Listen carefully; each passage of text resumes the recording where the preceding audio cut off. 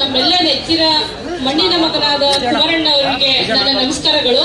ಹಾಗೂ ವೇದಿಕೆ ಮೇಲೆ ಇರ್ತಕ್ಕಂಥ ಎಲ್ಲ ಗಣ್ಯರಿಗೂ ಹಾಗೂ ಎಲ್ಲ ರೈತ ಬಂಧುವರಿಗೂ ನನ್ನ ನಮಸ್ಕಾರಗಳು.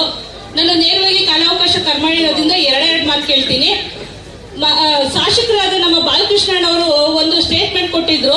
ಕುಮಾರಣ್ಣ ಅವರು ರೆಡ್ ಝೋನ್ ಮಾಡಿರೋದ್ರಿಂದ ಇಲ್ಲಿ ಮರ ಗಿಡ ಎಲ್ಲ ಇಷ್ಟೊಂದು ರೈತರು ಚೆನ್ನಾಗಿದ್ದಾರೆ ಅಂತ ಅವ್ರ ಬಾಯಿಂದನೇ ಬಂತು. ಇವತ್ತು ರೆಡ್ ಝೋನ್ ಮಾಡಿರೋ ಕಾರಣ ಇಂಥ ಪರಿಸರ ಉಳಿಯೋದಕ್ಕೆ ನಮ್ಮ ಕುಮಾರಣ್ಣ ಅವರೇ ನೇರವಾಗಿ ಕಾರಣ. ನಮ್ಗೆ ಇಲ್ಲಿಗೆ ಹೆಮ್ಮೆ ಇದೆ. ಯಾಕಂದ್ರೆ ಇವತ್ತು ಅದೇ ಜಮೀನು ನಾವು ರೆಡ್ ಝೋನ್ ಮಾಡಿಲ್ಲ ಅಂದ್ರೆ ಅವ್ರು ಹೇಳ್ದಂಗೆ ಎಷ್ಟೋ ಜನ ರಿಯಲ್ ಎಸ್ಟೇಟ್ ಮಾಡ್ಕೊಂಡು ಮಾರ್ಕೊಂಡ್ಬಿಡ್ತಿದ್ರು.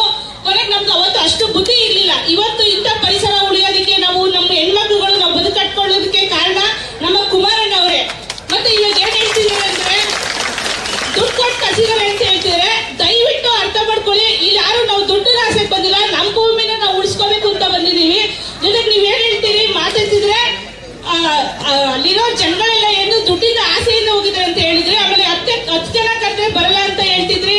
ಏನೋ 1000 ಜನ ಬಂದ್ಬಿಡ್ತೀನಿ ಅಂತ ಚಾಲೆಂಜ್ ಮಾಡ್ತಾರೆ. ನಾನು ಲ್ಯಾಂಡ್ ಆರ್ಡರ್ನ ತಗೊಳಕ್ ಆಗಲ್ಲ, ನಮ್ಗೆ ಕಷ್ಟ ಆಗುತ್ತೆ ಅಂತ ಹೇಳಿದ್ರೆ, ನೀವು ಅದೇ ಓಟ್ ಕೇಳ್ಬೇಕಾದ್ರೆ 10,000 ಜನದ ಕೈಯಲ್ಲಿ ಹಾಕ್ಸ್ಕೊಂಡಿದ್ದು ನಾವೆಲ್ಲ 1000 ಜನನೇ ನಿಮ್ಗೆ ಓಟ್ ಹಾಕಿರೋದು.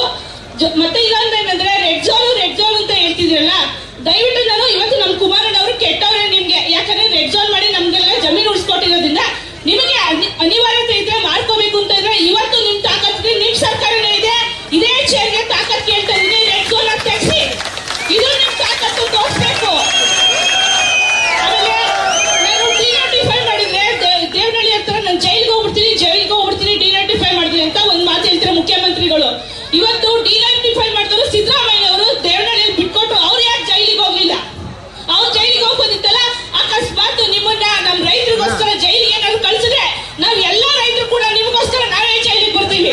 ಇದೆಲ್ಲ ನಾವು ರೈತರ ಪರವಾಗಿ ಕೇಳ್ಕೊತಾ ಇದೀನಿ.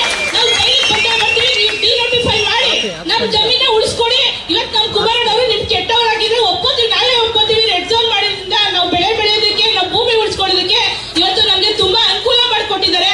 ನೀವೇ ಹೇಳ್ತಾ ಇದ್ರಿ ಇಲ್ಲಿ ಯಾರು ರೌಡಿದ ಮಾಡಕ್ ನಾವು ಬಂದಿಲ್ಲ, ನಾವು ಹೊಲದಲ್ಲಿ ಕೆಲಸ ಮಾಡೋದು. ನೀವು ಹಿಂದೆ ಹೇಳ್ತಾ ಇದ್ರಿ ಕೆಸರಲ್ಲಿ ಕಮಲ ಇರ್ಬೇಕು ಅಂತ ಹೇಳ್ತಿದ್ರಿ. ಹಾಗೆ ನಿಮ್ ಕೈಲಿ ಕೂಡ ಅಧಿಕಾರ ಇದೆ ಅಂದ್ರೆ ಅಧಿಕಾರನ ರೈತರಿಗೋಸ್ಕರ ಒಳ್ಳೇದ್ ಮಾಡಕ್ ಉಳಿಸ್ಕೊಡಿ.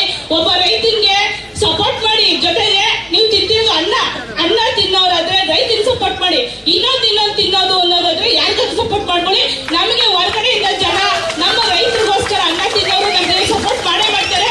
ಇದು ನನ್ನ ಒಂದು ಪ್ರಾರ್ಥನೆ ಅಂತಾನೆ ಅನ್ಕೊಳ್ಳೋಣ.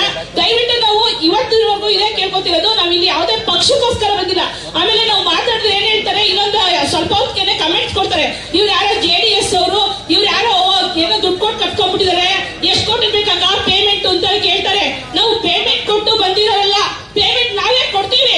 ನಮ್ ರೈತರೇ ಅನ್ನ ಹಾಕ್ತಿದೀವಿ ಅಂದ್ರೆ ಅದಕ್ಕಿಂತ ಇನ್ನೊಂದಿಲ್ಲ. ದಯವಿಟ್ಟು ಇದನ್ನ ಹಿಂದಕ್ಕೆ ತಗೊಳ್ಳಿ.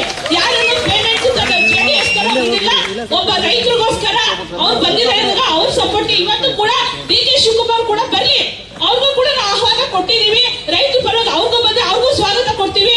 ನಮ್ಗೆ ಎಲ್ಲರೂ ಒಂದೇ, ರೈತರಿಗೋಸ್ಕರ ಬಂದಾಗ ನಾವು ಪಕ್ಷ ನೋಡ್ತಿಲ್ಲ. ದಯವಿಟ್ಟು ಪಕ್ಷ ಅಂತ ನಮ್ಮ ರೈತರಿಗೆ ಹಣೆ ಪಟ್ಟಿ ಕಟ್ಟಿ ನಮ್ಗೆ ಅವಮಾನ ಮಾಡಬೇಡಿ. ದಯವಿಟ್ಟು ಕೇಳ್ಕೊತಾ ಇದೀನಿ. ಎಲ್ಲರೂ ಅಷ್ಟೇನೆ, ನಮ್ ಪರ ಇರೋರೇ ಆಗ್ಲಿ ವಿರೋಧ ಇರೋರೇ ಆಗ್ಲಿ, ದಯವಿಟ್ಟು ಜಮೀನ್ ಉಳಿಸ್ಕೊಳ್ಳಿ. ಇವತ್ತಿಂದ ನೋಡ್ಬೇಡಿ, ನಿಮ್ ಮಕ್ಳು ಮೊಮ್ಮಕ್ಕಳಿಂದ ಮುಂದಕ್ಕೆ ಯೋಚನೆ ಮಾಡಿ. ಎಲ್ಲರೂ ಜಮೀನ್ ಉಳಿಸ್ಕೊಳ್ಳೋಣ. ನಾನು ಎಲ್ಲರೂ ಮುಂದೆ ಕೇಳ್ಕೊತೀನಿ, ಮತ್ತೊಂದ್ಸರಿ ಕೇಳ್ಕೊತಾ ಇದೀನಿ. ನಮ್ ಪರವಾಗಿ ನಾವು ಇವತ್ತು ಸೆರ್ಕೋಟೆ ಕೇಳ್ತೀನಿ. ದಯವಿಟ್ಟು ನಮ್ ಜಮೀನ ಉಳಿಸ್ಕೊಳ್ಳಿ. ನಮ್ಗೆ ಇಲ್ಲಿ ಬಾಳಕ್ಕಂತೂ ಒಂದು ಅವಕಾಶ ಕೊಡಿ. ನಾವು ಅಷ್ಟು ಕಷ್ಟದಿಂದ 1.5 ವರ್ಷದಿಂದ ಇಲ್ಲಿ ಕುತ್ಕೊಂಡ್ಬಿಟ್ಟಿದೀವಣ್ಣ ರೋಡಲ್ಲಿ. ದಯವಿಟ್ಟು ಅಣ್ಣ ನಿಮ್ ಕೈ ಮುಗಿತೀನಣ್ಣ, ಎಲ್ರಿಗೋಸ್ಕರ ಕೇಳ್ಕೊತಾ ಇದೀನಿ.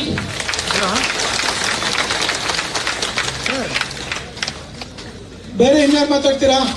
ನಮ್ಮ ಮಹಿಳಾ ಮುಖಂಡರುಗಳು, ಹೋರಾಟಗಾರ್ತಿರು ಮುಖಂಡರಲ್ಲ, ನಿಮ್ಮ ಜಮೀನನ್ನ ಉಳಿಸ್ಕೊಳ್ಳಕ್ಕೆ ಹೋರಾಟ ಮಾಡಿದಂತ ತಾಯಂದಿರು.